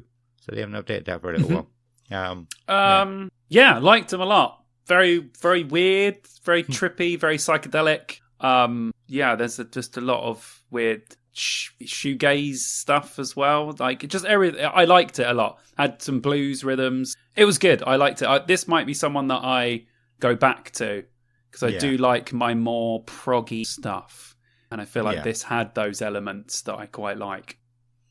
Cool. Yeah. I think out of all of the sort of undercard, the lesser known bands of the undercard, these were the people who I saw people mentioning the most, especially in the Discord. Not loads, but probably 3 or 4 people talked about them, whereas nobody was talking about several other bands, So I thought they were going to be good, but I was wrong. I did not like All Them Witches at all. I didn't. Yeah, it's a strange. They're weird. I could see why you wouldn't like them. I could see why you wouldn't like them. Yeah, thanks. Mm-hmm. Cool. Mm-hmm. Good. Cool. So that was All Them Witches on that one. Next, playing on the Opus stage is Softplay. Softplay are a British punk duo made up of Laurie Vincent and Isaac Holman. After being on hiatus for several years, the band formerly known as Slaves have reignited their partnership under a new moniker and have been back on the road with The Prodigy, marking the band's much anticipated return to the live arena. That's all it's got for them. Oh, okay. So, short and sweet. I like Softplay. I loved them when they were Slaves. It's one of the worst name changes. Softplay is a terrible name for a band. But they're really good. They're really good. Punk duo. Like I said, I really, really liked their old stuff when they were Slaves. So many good tunes, bangers. And they are really good live. Like, really, really good live. If you like your sort of modern day punk stuff, definitely with like a London twinge to it, I would recommend really, really. I saw them when they were Slaves, so. Yeah. Okay. I had never heard of them until they were announced for 2003's last year, I want to say. And then we spoke about it a little bit. Because they headlined. And I was like, I've never heard of this band. And they're headlining. What's going on? But yeah, I've just got written another indie band. I didn't know anything about punk. I was going to say it's definitely not indie at all. Sounds like the new indie to me. I didn't hate it. I preferred The Hunter. The 2 songs I had with Momentary Bliss and The Hunter. Bam, bam, bam, bam, bam, bam. No, that's a fucking tune, mate. Yeah. It was all right. That was Softplay. Another one you are going to very much like, Mr. Bungle. Oh, this is a long one, and it's a cool write-up, but I'm not going to enjoy reading it. You got that. You got The Hunter. You got The Hunter in my head now. Yeah, banger. Cool. Right, Mr. Bungle. Not unlike most 80s thrash metal bands, Mr. Bungle was formed in an impoverished lumber and fishing town by a trio of curious, volatile teenagers. Trace Bruants, Mike Patton, and Trevor Dunn beget the amorphous band in 1985 up in Humboldt County. I don't know what CA is. Cambodia, probably. Sifting through a variety of... It's California, you doofus. Oh, all right, okay. Cambodia. Oh, that's good. That is good. Well, at least I managed to break this reading of this one up. Sifting through a variety of members until around 1989, when they settled on a lineup that managed to get signed to Warner Brothers Records. No one really knows how this happened, and it remains a complete mystery that even the algorithms of the internet can't decode. Up until 2000, they released 3 albums, toured a good portion of the Western Hemisphere, and avoided any sort of critical acclaim. Some argue that the band subsequently broke up, but there is also no proof of this. What is true is that they took 20 years off from performing under said moniker, while they pursued various other musics that, in contrast, paid the rent. Though Bungle regularly amended and modified their orchestrations, incorporating such exotic instruments as the saxophone, synthesizer, and even timpani, they maintained footing in the mosh pit of their youth and continued to reference metal in one way or another.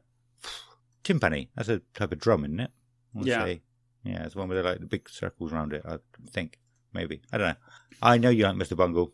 Tell me more. I mean, you can't really say much about his band. I mean, what have I got written down? Yeah.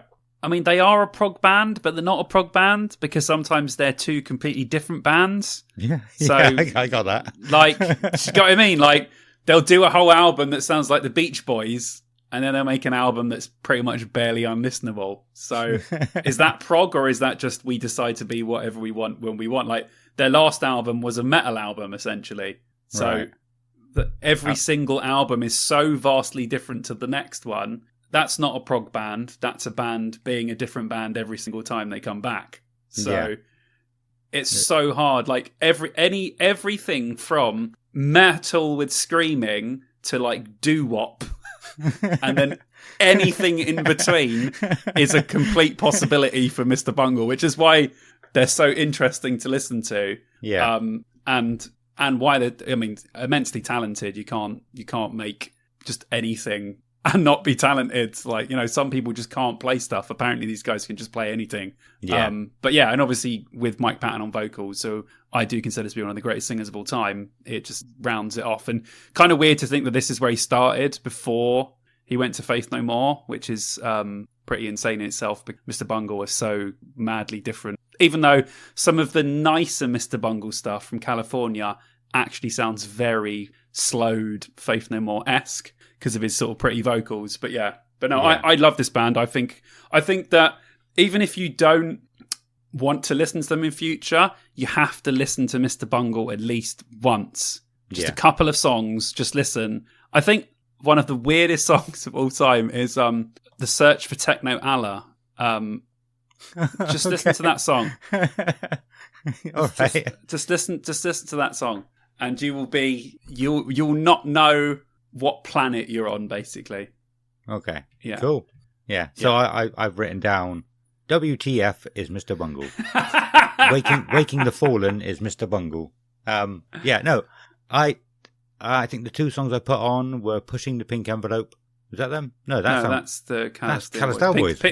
Pink Cigarette. Pink Cigarette. Yeah, that was the one. Why did I write down Pushing the Pink Envelope? It's a great song. It really grew on me.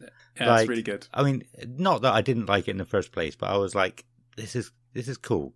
It's his vocals, man. His vocals are unbelievable. Unbelievable. And the other one was Retro Vertigo.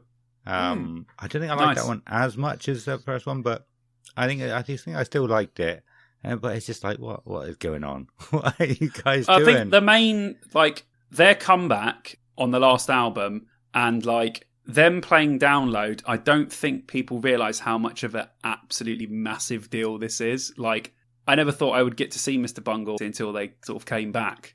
But for Mr. Bungle to be playing Download is, like, for a muso, I feel like it's unreal that they're actually playing Download Festival. Like, and typically on, like, the weirdest day Download have ever put on as well. Yeah. And you just throw Mr. Bungle in there as well. Like, all the guys in the booking office must have been absolutely pissing themselves when they booked this day, because they must be like, to top it all off with all the rest of the weird shit that's on this day, we've just fucking put Mr. Bungle on. That's nuts. Well, they probably looked at it and gone and looked at it and went, "This is a weird day.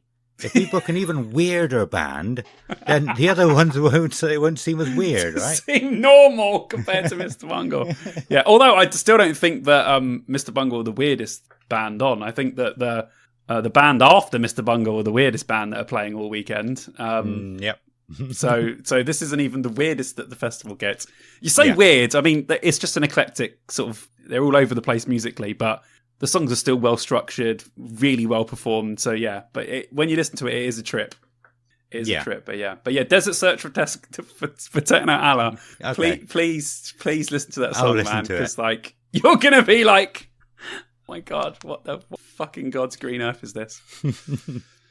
Okay, well, that was Mr. Bungle. Should we talk about the next band, which is Heilung, I think. Heilung? I wouldn't know. Heilung or Heilung? One of those. One of those is right, I'm pretty sure. Yeah. And I think the oddest thing about this band is their position on the bill. Yeah. Like, middle of the day, Dogtooth will be fine. Let's read about them first. Since its inception in 2015, the enigmatic ritual collective Heilung has been paving melodic paths to the past with their unique and mystifying sound. Evading all conventional genre tags and the confines of any specific labels, the group aptly self-describes their sound as amplified history, which kind of makes sense, emphasizing their ability to connect modern society with the rudiments of humanity's beginnings through music. And they made a lot more sense after I read that earlier. Yes, yeah, it makes more sense. I've put down ambient Scandinavian medieval music, and I've just put weird as shit. Like, yeah, I don't like it at all. It does absolutely zero for me personally, musically. Okay. But I don't know. I don't even know if this I don't know what sort of lineup this stuff belongs on. It depends what they do live, because I think this is another one. It depends on which songs you listen to. Because the two I listened to, the first one was Narupo, which is very Viking-esque. It is like the beginning of the Vikings show, and it made me want to carry on watching Vikings. I never managed to finish it. I think I got to the last season, and I just need to do that last bit. The second song, though, was called Hacker Skaldir, which sounded like the hacker. And when I saw the name of it, I was like, oh, maybe it is supposed to be a hacker. And then when I saw the write-up, I was like, okay, so it's not just specific like countries or whatever. They are doing anything, any traditional music, any, I don't know the right words, but yeah, I get you. Any traditional music, they're just doing it basically. Yeah, which is cool. No. I mean, it's performed awesomely. It sounds very cool. Like, yeah, but I would never listen to it. No, no, it wouldn't. Yeah, I would never stick on something. I like weird ambient shit. Some of the stuff I listen to, I'm sure people listen and go, what on earth are you listening to? But this sort of stuff, like The Who as well, none of that, I don't know. My brain just doesn't enjoy it. I can't get on board with it. I don't know. Yeah, well, when I first saw the name of these, I assumed it was going to be some weird throat singing thing again. Did you? When I saw their logo, I thought this is going to be a really good deathcore band or a metal band or so. So I remember everyone, like, I think on the Discord, a lot of people have been talking about how awesome they are, and I was like, oh man, this is going to be good then. And I started listening, I'm like, is this what everyone is talking about? And it was just so unexpected. I was like, this is not what I thought they were going to be at all. So I'm very miffed. I'd like to hear in the Discord the reasons why people really like these guys, because I mean it's good obviously, but weird. Well, like I said, it depends on the songs they play live. They could have a whole separate set of music that they play live and other stuff they do for CD, because the two that I listen to I don't think would be that great. I mean, they'd probably be cool to watch live, but I don't know. That's Heilung. I don't know what we'll find out. That's going to be very, very interesting. Definitely. Even if we don't go, I'd like to hear what people's experiences of them live is. Yeah, cool. So headlining. The weird thing is they are sub-headlining the second stage. Yeah, that's stage. so weird. That is So so weird. weird. But anyway, moving on to the headliners of the Opus stage is Bad Omens. And I'd be interested to hear what you thought of them. Bad Omens slither through boundaries only to ultimately choke convention in the process. The quartet materialize with ghostly atmospherics, striking hooks, and the tingles of sensual high register harmonies uplifted by cinematic production.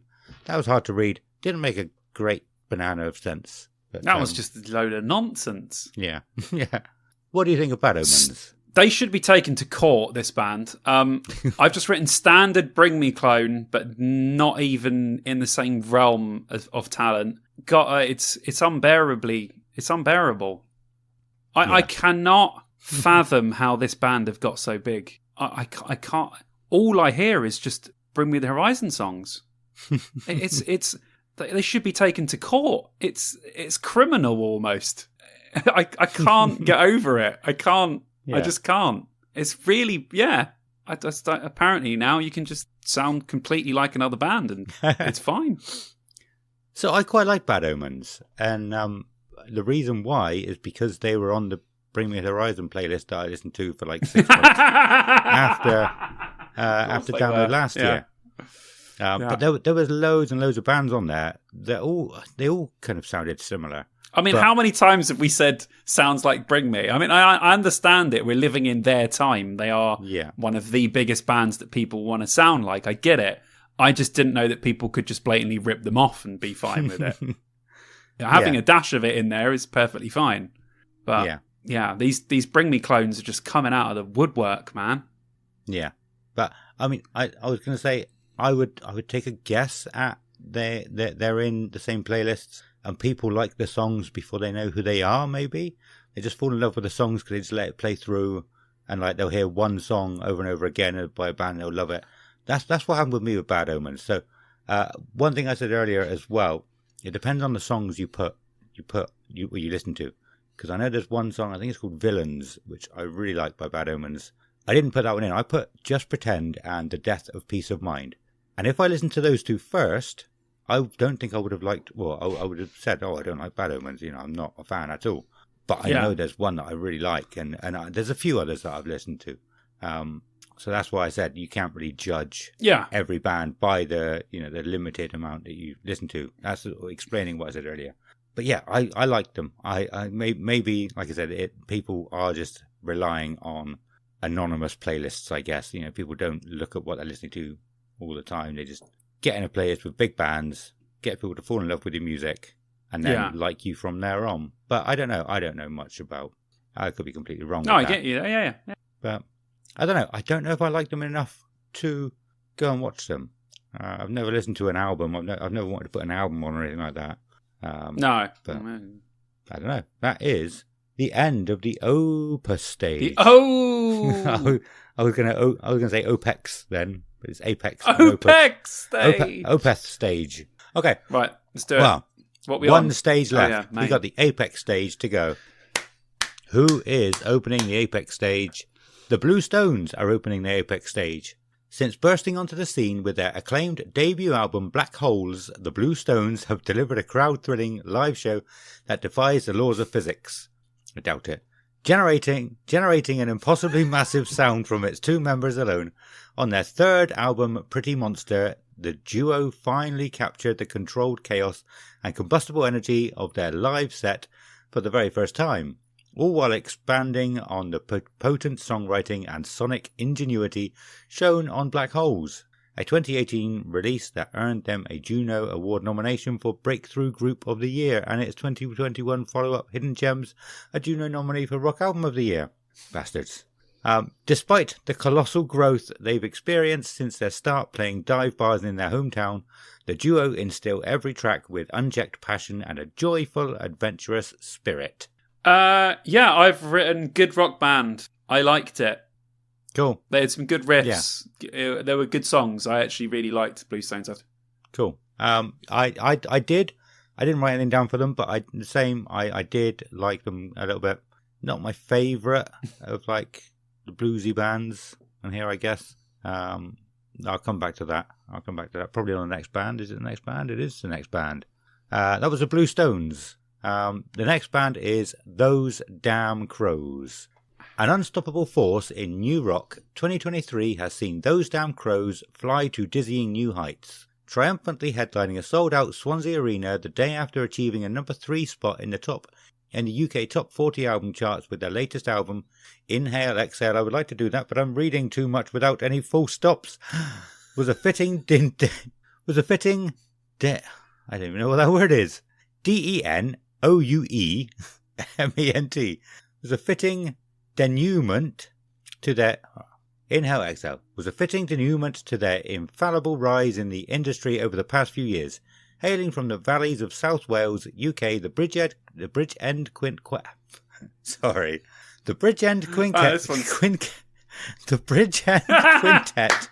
are now nationally renowned as frontrunners in modern hard rock, bolstered further by their unmissable live shows. Oh man, that was a hard one. A hard one to read.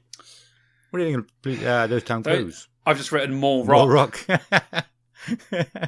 I really liked them. I really, really like Those Damn Crows. And I think I think with the Blue Stones, I was kind of, I probably shouldn't have, but I was kind of like, what's the word? Weighing them up against each other, like comparing them to each other. So there was some things about Those Damn Crows that I really liked that maybe the Blue Stones didn't quite have. So maybe that's why I didn't quite like them. But I mean, if you remember, I don't like bluesy southern sounding rock. You don't? Until I realised Saliva are actually a bluesy southern sounding rock band. And I really like Saliva. So I think I've kind of forgotten that I don't like it, and I've gone past that and I'm like, okay, maybe I do like a bit of bluesy, well, probably quite a lot of bluesy southern sounding rock. Yeah. Yeah, I definitely want to listen to more of Those Damn Crows. Really like it. They did 0 for me. Yeah. I don't like modern rock stuff. Just not my cup of tea. Okay. Like me some old school, but I don't like me modern sort of bluesy rock stuff. It just isn't in my wheelhouse. Yeah. Okay, well that was Those Damn Crows. Next up is The Struts, and they are bigger than I realised as well. I'd never heard of them until a few months back. The Struts have been a live sensation since they first erupted onto the scene with their certified platinum album, Could Have Been Me, taking a number 5 spot on alternative radio and introducing the world to their triumphant, timeless rock sound. Following the release of their critically acclaimed debut 2016's Everybody Wants, the British rockers set out on the road, bringing their energetic tracks alive on stage with larger-than-life performances and cementing their reputation as a must-see live act. Lead vocalist Luke Spiller, guitarist Adam Slack, bassist Jed Elliott, and drummer Gethin Davis have continued to prove themselves worthy of that distinction since first coming together in Derby, England back in 2012. Do you like The Struts? Oh, I've just written even more rock. I think I don't think I've got anything written down for this stage. But The Struts, again, even more indie, I would have said.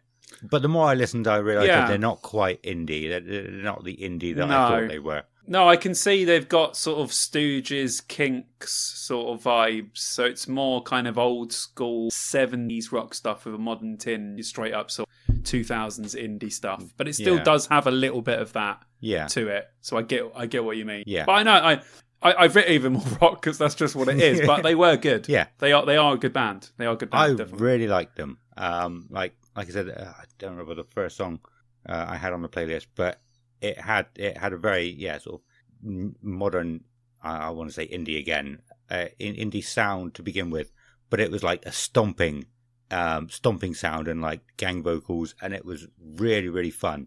And I think I'm going to go and watch them. I don't know. Like I said, I haven't actually compared the days and who might be clashing with who, but I really ended up enjoying the Struts. Okay, yeah, cool. They're good, but they sounded really good. Yeah.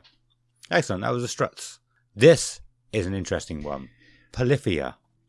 Since their formation in Plano, Texas in 2010, Polyphia have made a name for themselves by blending intricate guitar riffs with hip-hop rhythms, bass-heavy trap music, and progressive rock and metal influences. Comprised of guitarists Tim Henson and Scott LePage, bassist Clay Gober, and drummer Clay Eastliman. I don't know how to say that name. Polyphia have evolved into an international force with sold-out shows across the globe, hundreds of million streams and video views, and a die-hard fan base. I thought this was going to be the one that you couldn't stop listening to when you said it earlier. Oh, right. No, I really liked them. I've just put in my notes, imagine if the Steve Vai album Ultrazone was a band. This would be them. And then I saw that Steve Vai had played on one of their tracks. And I was like... Watch that. Listen to that. Yeah, put the video on for that one. It all just sounds like Steve Vai solo stuff. Okay. You know, but they're obviously incredible as a band. Yeah. And yeah, I like it. It's proggy as hell. Guitar work's great. Rhythms are great. And like I said, it just sounds like a Steve Vai solo album, which is something that I really like. Okay. So yeah, I it's very different. Really weird to have them on this stage. Yeah, I thought that too. In between all this rock. Yeah. And you've just got this really weird yeah. prog instrumental band. So I don't quite know how that's going to go down with the, I would have thought, probably much older crowd that are going to be taking over the main stage. Maybe apart from Queens and Royal Blood, but for the others, definite sort of sound that they're going for. Yeah, weird place to put them on the bill. Do you know? But a very good band. Really, really like it. Do you know somebody that would fit in there, though? Steve Vai. I wonder if we're going to see Steve Vai with them. Don't do that to me. Because it is a strange place to have them on the main stage as well. And they're going to get... Because what is it? Blackstone Cherry, then Royal Blood, then Queens. So they're fourth down. So they're going to get a good 40, yeah, it's kind minutes. of early in the day, I guess. But they will get 40, 45 minutes to play. Yeah. Maybe about 3 p.m.ish. Yeah. Something like that. And it's going to be weird. Yeah. I'm interested to see what it's like live. I don't think... I think I'd get bored after 2 or 3 songs. Well, not bored. Do you reckon? Not bored, but you'll be like... I've seen enough I get it. now. And then... Yeah, okay. That makes sense. But they're so good. Get it, yeah. Like, I couldn't stop listening to the songs that I had on the playlist. Well, one of them specifically. There was one that started coming on a playlist as well a while ago, and it's like every time it came on, I really was looking forward to it and really enjoyed listening to it. But I don't think... I think I struggled to listen to an album of theirs. That's fair. Yeah. And I would say the same about like a Steve Vai solo album. Occasionally I can listen to the whole thing. Yeah. Sometimes I'll pick a song because I'll be like, my brain can't handle a full album of this shit right now. Yeah. So I get it. It makes sense. Yeah. How weird is this? We talked about Steve Vai last episode, and we were like, how have we never talked about him? But he would have come up this episode if we hadn't. Yeah. And now it's 2 in a row, Steve. I like it, man. I was listening to that. When I listened to these guys, I went, oh man, I got to go listen to Ultrazone right now because it's like one of his weirdest albums. And there's a song called Lucky Charm. That's a fucking weird song. But I really enjoyed it. So I enjoyed these guys. They're very good. Yeah. I'm excited about them. If this doesn't clash with any other bands and me and you are like, let's go watch this fucking weird band, man, and see what a crack's saying. I'm well up for that, dude. Yeah. I would be interested in seeing them. Definitely. And that is Polyphia featuring Steve Vai. You heard it here first. I reckon Steve Vai is going to be on the whole set for them. Now that we've just discussed it. It's set in stone in my mind now. Okay, I'll be well up for that. Next up, third down from the top of the Apex stage is Blackstone Cherry. More rock, I know. Even, let's see what you've got written down. Proud Kentucky rockers, Blackstone Cherry emerged from a challenging few years triumphantly with a behemoth of an album, Screaming at the Sky. Out September 29th, the four-piece band's 8th album explodes with urgently emotive pop rock hooks, heartfelt redemptive lyrics, head-banging riffs, powerful dynamics, thunderous drums, and its most thrilling musicianship yet. The 12-song collection is also BSC's biggest and best-sounding album. The self-produced studio record was tracked at a classic Kentucky theatre, and it sounds like the guys are smashing down the hammer of the gods. That was hard to read. Didn't make a lot of sense. You like Blackstone Cherry? Yeah. I've just written even more rock, this time with 90s voice. Because it's very...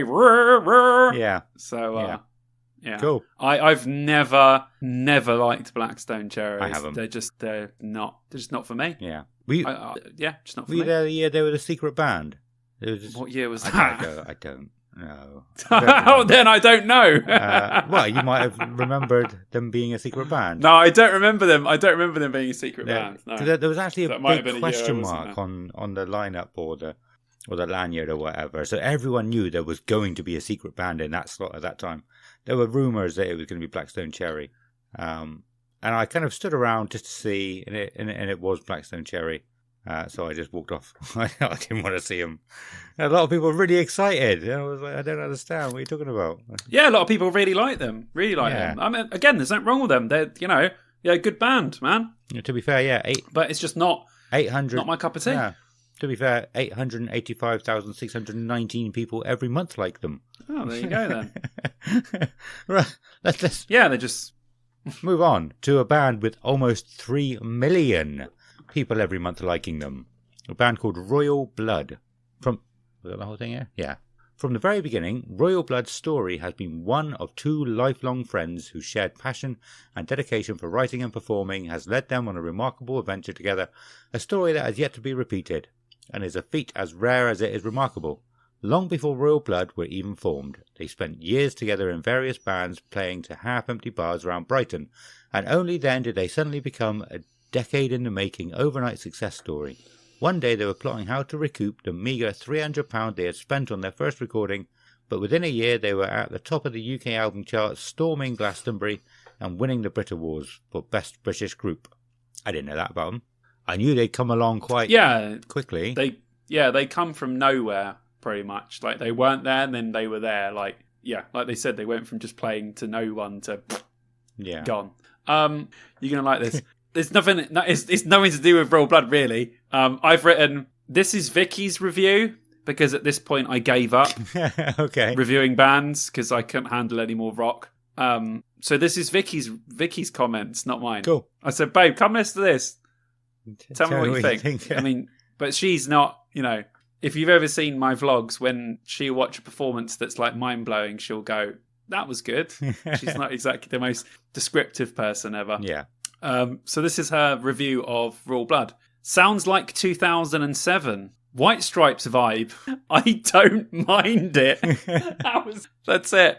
That was her review of Royal Blood. I think I got that from his voice mostly as well. Yeah, probably from both voice and music instruments. But I thought I heard some White Stripes. They've got a lot of fuzz guitars. Yeah, the rhythm's the same. Obviously, I think they're a 2-piece as well, aren't they? So they've got kind of similar.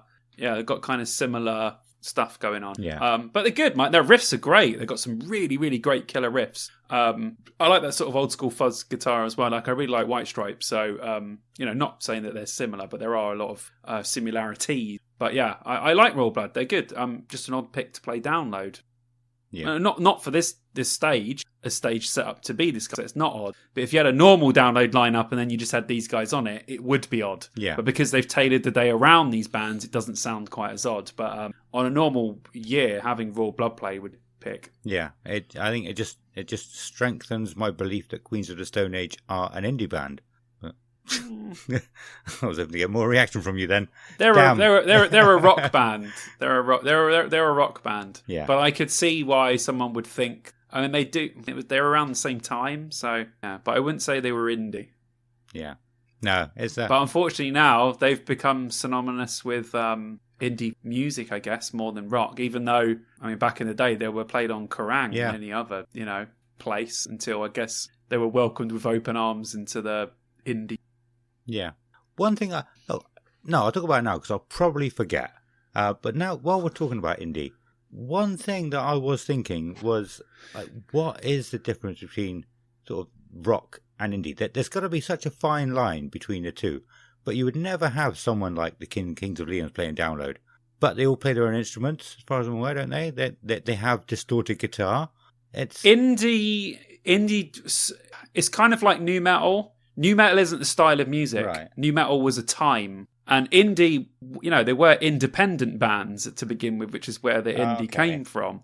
But I think indie now is sort of synonymous with a space of time more than a style of music. So say all of these British rock bands that came out from 2002 to say 2008, maybe at latest, it was only probably about a 4 or 5 year period really where it was on top of the world. Yeah. But it's like nu metal. Nu metal describes 1998 to 2002, and indie describes 2002 to 2006 or 8, how far you want to push it. So, yeah, I feel like it's a time where you can listen to it and you go, well, that sounds like 2007. Yeah, okay. Because it's indie. Yeah. Like, that's how I perceive these labels that we're throwing around. So, but that's just me.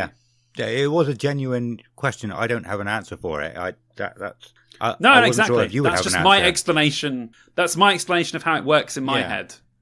Yeah, it might be. Other people might have different answers, but like I said, there shouldn't be anything stopping some of those indie bands that play their own instruments sing live from playing download. But everyone, it's kind of like an unwritten rule. Everyone knows they wouldn't. But why wouldn't also they? At the time, because during that phase, I think that metal was rebelling against itself. Like, I don't think people understand when they're at the time. Nu metal was, apart from pop, the biggest music. Yeah. You had like bands that you genuinely loved were in the charts. They were selling millions of records. They were making money hand over fist. And I think that once nu metal grinded on people, they rebelled against any sort of music that was... Because if you notice, once nu metal faded out, you got emo and the metalcore scene went massive. Yeah. And no one in the mainstream was wanting to listen to that stuff, apart from a few bands later that broke in, like obviously My Chem and a couple of others. But that was a little bit later down the line. There was that middle phase where you were listening to Killswitch Engage. If someone sounded like The Strokes, you wanted to tell them to go fuck themselves, even though it's still rock music. Yeah. So you really shouldn't have been rebelling against it that hard. But the divide between rock and metal in that middle stage of the 2000s was so huge that as soon as they started playing The Strokes and all these people on Kerrang, everyone was just like, what on God's green earth is this? And obviously you had the normies that wrecked nu metal were now fans of all these indie bands. So you're like, oh God, all these chavs, like all these bands. Oh, Jesus. But if you were wearing a Killswitch shirt, a chav would look at you and go, oh God, what's that? That's awful. Yeah. But then they'd go home and listen to whatever fucking indie band was popular that week. So I don't know, that's just how I see it anyway. Yeah. That's how it makes sense in my head why those sorts of bands have never gelled when they really should, because they're all rock bands. Yeah. That is brilliant. Yeah. That makes a lot of sense. And I was just thinking, one of the only bands that have progressed to headliner stage from that kind of period, sort of 2002 onwards, after nu metal, is Avenged Sevenfold. I can't think of any other band until this year's headliners. Can't think of any other band that have actually made it since, like, Slipknot, Linkin Park. So there was like definitely a cut in the thing where it went like, okay, 100%. Yeah. And I don't think it was, it was more. It didn't go underground because these bands were still massively popular, but it definitely felt like it was more underground. Yeah. At that time, than the nu metal days, because it was all basically popular music. Yeah. So yeah, I think you're right. You look at bands like Trivium. I mean, I genuinely thought Trivium were going to be the next Metallica. I thought so too. Like, I genuinely thought that at the time, and looking back on that now, that is the most... Like, Trivium are a big band, and they're amazing. They're a great band. I don't want to take anything away from what they've achieved. But thinking that they were going to be the next Metallica with my hindsight hat on now is absolutely ludicrous. But they were big enough. The first, few albums, I can understand how you'd think that. I really can. Like, I think a lot of people did. In hindsight, they were nowhere near. They were absolutely nowhere near a Metallica, at all. Yeah. So, going back to headliners, the next headliner, or the next new headliner after Avenged Sevenfold, Bring Me, I assume. Have we had another new headliner since? I don't think we have. Yeah. Do you know what? Actually, a band that's probably in the middle, but people would say of more of an indie band that have played headline the festival is probably Muse. Oh yeah, good point. Where Muse are heavier than an indie band, 100%. Yeah, because they have songs that are basically metal, but because they were played on the same channels as the indie bands, they kind of got thrown into the bracket of the indie bands. Although they were way more of a Kerrang band than they ever were an indie band. Yeah. Yet Muse seem to have played Reading, Leeds, and all those festivals way more, obviously, than they've played Download. So there were some bands that were kind of like on the cusp where it's like, I mean, yeah, Muse are fucking fantastic. Why haven't they headlined more? Yeah, I like that. We should carry on with talking about Queens of Stones anymore. But this is really cool. I like where this went. That is very cool. I would love to delve more into that. We'll have to do that. An episode on specifically headliners, not a specific band, but headliners in general. That would be cool. Okay. Apologies to if anybody got invested in that, and I've had to just cut it off because I was invested too. But we could have gone on though. We could that's a whole episode in itself. Yeah. Like we've only scratched the surface on that one. That's a bit whole thing. Yeah, cool. That was right. Yeah. Anyway, Queens of the Stone Age are headlining this Friday. Download 2022. Do you want me to read the thing? We've done a whole episode on them.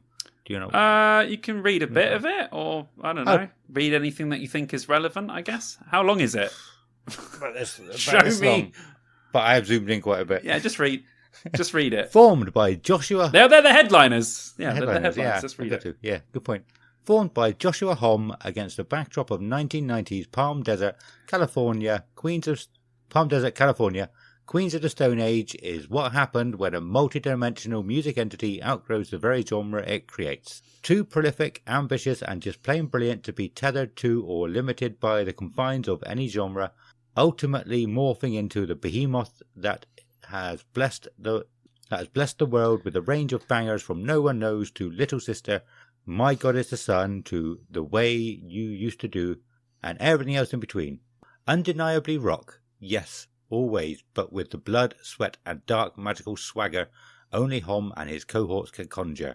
Regularly hailed as one of the greatest live bands in existence, Queens of the Stone Age consist of Homme, Troy Van Leeuwen, Michael Schumann, Dean Fertitta, and John Theodore. What started off as generator parties in the desert has evolved to sold-out arenas and headlining the main stage of your favourite summer festival. Yeah, there we go. Queens of the Stone Age. Yes. Super excited. Like I said, these guys have been on my bucket list to watch for a long time. I wasn't expecting to watch them as a headliner, but I am so excited. I absolutely love Queens. There is something from every album that I love. Some of their albums I genuinely think are masterpieces. Others not so much, but they've experimented a lot with a lot of stuff. I think Josh Homme is a incredible songwriter, a fantastic guitarist, and he's made up a band of really, really great music over the years. But yeah, I think they've got a great history. I think they're very interesting as a band. I like his voice. I really like Queens of the Stone Age. And I think that they'll be a very interesting headliner. And from what I've heard and seen, fucking hell are they good live.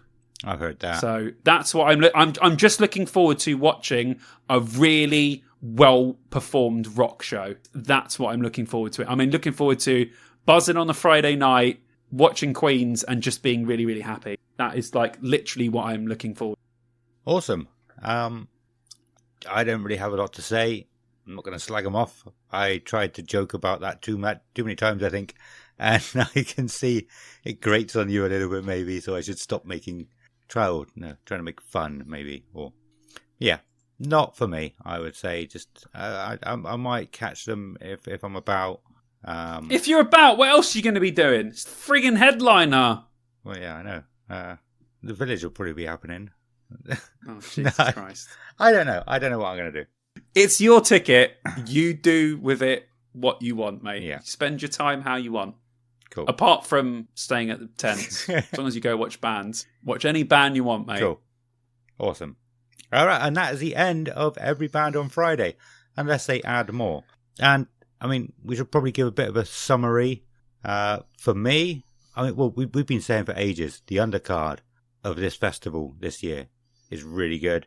After listening to all these bands, the undercard is even better. Like, there's so many bands that I could go and see. Mm-hmm. It's like I said earlier, like I don't think there were many songs from any of the bands that I didn't like, that didn't grow on me a little bit. So I know I'd enjoy them if I went to see them, which surprised me a little bit. if I'm honest. We know where I came from. I only liked very specific Swedish melodic death metal bands at the beginning of this podcast, and not much else. But yeah, it's going to be interesting. I'm looking forward to next episode when we do all the Saturday bands. Yeah, I mean, the Friday, it's definitely not the strongest of days for me, personally. There's probably only five bands I'm nailed on to see. Everything else in between will probably just be wherever the wind takes me or whatever people are doing. Yeah. But definitely one of the weirdest days that Download ever put on, 100%. Yeah. It'll be, it's a weird one. It's interesting, though, to be fair to them. Well done to the booking team again. Always making it interesting. But definitely one of the weirdest. But there are a few gems in there for me. Yeah, Mr. Bungle obviously being one of the main ones because that's just insane booking. Always wanted to see Queen. Ern, nailed on. Callisto Boys, nailed on. And probably Health. And possibly Scene Queen as well, who I really liked. But yeah, weird. All the bands I've just said are completely different. Yeah. Like, it's really strange. Awesome, yeah. Really strange. So, like I said, defects for me. I think they're going to be the top band for me the whole weekend, even after listening to Saturdays and Sundays. I listened to them a little while ago, actually, not just for this episode, and I really liked them then. So yeah, I'm looking forward to them. There's a few other bands I want to listen to some more. There's a few other bands who I'll probably go and see from what I already know. But yeah, we should probably call it about there for this episode, because this is a very long episode indeed. These are always going to be long episodes, aren't they? So it's time to read out the Patreon names and say thank you very much, you beautiful people, for being Patreons. I've got to find it again because I'm a knob. Relationship manager. Oh, that was easy. Filter 5, 8, 10. And as we've said the last few weeks, some people have changed their name to make us laugh. Not everybody yet. I sent out a thing earlier, but it was late notice. So yeah. So we're going to say a massive thank you to all of our legendary Patreons. First up, our brand new Patreon, Vikki Rutter. Thank you so much. And Chizviz. I mentioned Chizviz last time, didn't I? Or was he not? I'm pretty sure. I'm sure I said Chidsnips. Probably you did say Chidsnips, yeah. Yeah. Chids. Vikki Rutter, Chidsvids, Ethan Brown, Matthew, Craven Moorhead, Scott Seager, Is a Cunt, Flubba Dubba Dub Dub. So I'm sorry, Scott. It was Ben Saccone. I changed what he set up a little bit, but you put whatever the last name was, just repeat it, but add a cunt at the end. It'll be jokes.